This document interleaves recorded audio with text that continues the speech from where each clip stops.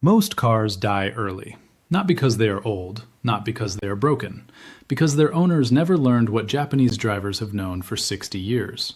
I have been working on Japanese cars for nearly 2 decades, and the question I get asked more than any other is always the same. Why do Japanese cars last so long? The answer is not the engineering. Every Toyota, Honda, and Mazda sold in Japan is mechanically identical to the one sold in the United States, in Europe, in Australia. Same engine, same transmission, same components, built in the same factories to the same specifications. But the cars in Japan last twice as long. The difference is not what is under the hood. The difference is the person behind the wheel. 2 years ago, I got access to internal documentation from a Japanese fleet operator running 34 vehicles across Osaka and Kyoto. His oldest active vehicle had 820,000 kilometers on the original engine.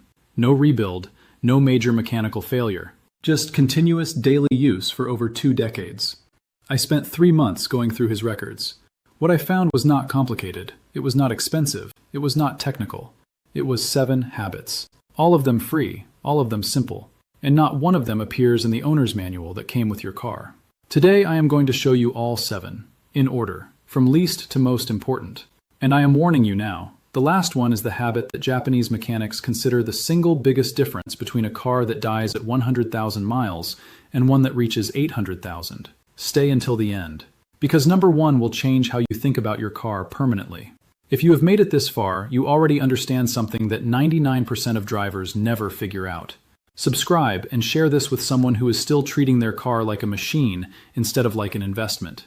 Hit the bell. Because what I am about to show you is the knowledge that Japanese fleet operators use every single day and that Western dealerships have never had any interest in teaching you. But stay here, because habit number 7 alone has saved more engines from early failure than any single mechanical repair I have ever performed. Habit number 7. Anticipate every red light. This one sounds like a driving tip. It is not. It is an engine protection protocol. In Japan, there is a driving philosophy called eco-drive. It is taught in driving schools, promoted by the government, and practiced by every high-mileage driver I have ever studied. The core principle is simple. When you see a red light ahead, lift your foot off the accelerator immediately. Coast toward the stop. Let the car slow itself. Most Western drivers do the opposite. They accelerate until the last moment, and then brake hard. Here is what that costs your car every single time. Every unnecessary acceleration followed by hard braking puts simultaneous stress on 3 systems at once. The engine, which revs up to generate speed you are about to throw away, the brakes, which absorb all that kinetic energy as heat, and the transmission, which cycles through gear changes for a journey of 200 meters that ends at a complete stop. Multiply that by 30 red lights a day. Multiply that by 250 driving days a year. Multiply that by 10 years.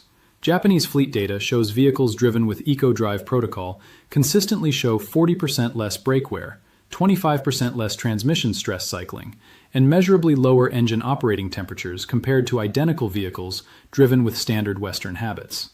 Same car, same road, different driver, completely different wear profile. It costs nothing to lift your foot 200 meters earlier. The dealership that sold you brake pads last year knew this existed. Habit number 6. Park in the shade, always. This habit is so simple that Western drivers dismiss it immediately. Japanese high-mileage drivers treat it as non-negotiable. Here is the physics. On a hot summer day, the interior of a car parked in direct sunlight reaches between 140 and 190 degrees Fahrenheit. The engine bay, which retains heat from operation and absorbs direct solar radiation, can reach temperatures that accelerate the degradation of every rubber seal, every plastic component, every fluid reservoir, and every electrical connector in the system. Heat is the single greatest enemy of long-term mechanical reliability. Not miles, not age, heat. Rubber seals degrade exponentially faster above 140 degrees. Plastic components become brittle. Wiring insulation cracks. Fluid reservoirs off-gas and lose pressure integrity. Every hour your car sits in direct sun at peak temperature is doing measurable damage to components that are expensive to replace and impossible to see until they fail. Japanese fleet operators in Osaka build shade structures specifically for their vehicles. Drivers are instructed to prioritize shaded parking above all other considerations. It is written into their operational protocol. It costs nothing to park under a tree. The mechanic who replaced your valve cover gasket last year, the one that cracked and started leaking at 80,000 miles, knows why rubber seals fail early in hot climates. Habit number 5. Clean under the hood. Not the engine. not with chemicals, not with pressure washers. The compartment. Japanese mechanics clean the engine bay at every service interval as standard protocol. Not for aesthetics, for thermal management. Here is what accumulates under your hood over time. Dust, road debris, leaves, insects, and a thin layer of oil vapor residue that coats every surface. That layer acts as thermal insulation. It traps heat generated by the engine and prevents it from dissipating naturally through the metal surfaces of the engine bay. An engine that runs 15 degrees hotter than it should because of accumulated debris in the engine compartment is an engine that wears faster, burns oil sooner, and degrades seals earlier than the manufacturer's engineering intended. A dry microfiber cloth. A soft brush. 15 minutes every 3 months. That is the entire protocol. $0. And it keeps your engine running at the temperature it was designed to run at, not the temperature that years of neglected debris force it to run at. Habit number 4. Listen to your engine for 30 seconds every cold start. Not the radio, not your phone, your engine. Every Japanese mechanic I have ever spoken to practices what they call passive diagnostics. Before moving the car after a cold start, they sit in silence for 30 seconds and listen, actively, deliberately. A healthy cold start sounds specific. There is an initial, slightly rough idle that smooths within 15 seconds as oil pressure builds and the engine reaches operating temperature. Anything that deviates from that pattern is information. A tick that disappears after 10 seconds, normal oil pressure building. A tick that persists, low oil or a failing hydraulic lifter. A whistle, a vacuum leak or a belt beginning to wear. A knock, the most serious signal, indicating bearing wear or detonation. A rough idle that does not smooth, a failing sensor or an ignition issue developing. Every one of those sounds is your engine telling you something is changing. Caught at the sound stage, the repair is almost always minor. Ignored until the sound becomes undeniable, the repair is almost always catastrophic. Japanese fleet operators document cold start sounds the same way they document mileage. It is considered diagnostic data. It costs nothing. And it has caught more developing failures early, before they became engine-ending events, than any scheduled maintenance procedure I have ever seen. 30 seconds of silence. Every morning. $0. The mechanic who rebuilt an engine last year because of a spun bearing that started as an ignored knock 3 months earlier knows exactly what this habit prevents. Habit number 3. Keep your RPM in the comfort zone. Every engine has a RPM range where it operates with the least internal stress. For most Japanese 4-cylinder engines, it is between 1,500 and 3,000 RPM under normal load. Inside that range, oil pressure is optimal, combustion is complete, and component stress is within the design parameters the engineers intended. Outside that range, in both directions, the wear curve changes dramatically. Lugging the engine below 1,200 RPM under load, accelerating in too high a gear, letting the car bog, creates incomplete combustion, carbon buildup on valves and injectors, and forces the engine to generate torque at a mechanical disadvantage that stresses rod bearings and crankshaft journals. Pushing the engine above 4,000 RPM unnecessarily, aggressive highway passing, holding lower gears too long, increases oil temperature, reduces the effectiveness of the oil film on bearing surfaces, and accelerates wear on valve train components. Japanese high-mileage drivers are deliberate about gear selection. They keep the engine in its comfort zone the way a runner keeps their heart rate in the aerobic zone. Not slow, not lazy, deliberate. It costs nothing to shift at the right moment. The engine that reaches 800,000 miles is not the engine that was babied. It is the engine that was never pushed outside the range it was designed to operate in. Habit number 2. Accelerate gradually, always. This is the habit that separates Japanese high-mileage driving from Western driving more visibly than any other. Watch a Japanese taxi driver pull away from a stop. The acceleration is smooth, linear, and gradual. Not slow, gradual. The car reaches cruising speed in the same time, but through a continuous, smooth input, rather than an initial burst followed by coasting. Here is what that difference means mechanically. A hard initial acceleration from a stop puts maximum load on the drivetrain at the exact moment when the engine is operating at its lowest oil pressure, just after the transition from idle. The oil pump takes a fraction of a second to respond to sudden throttle demand.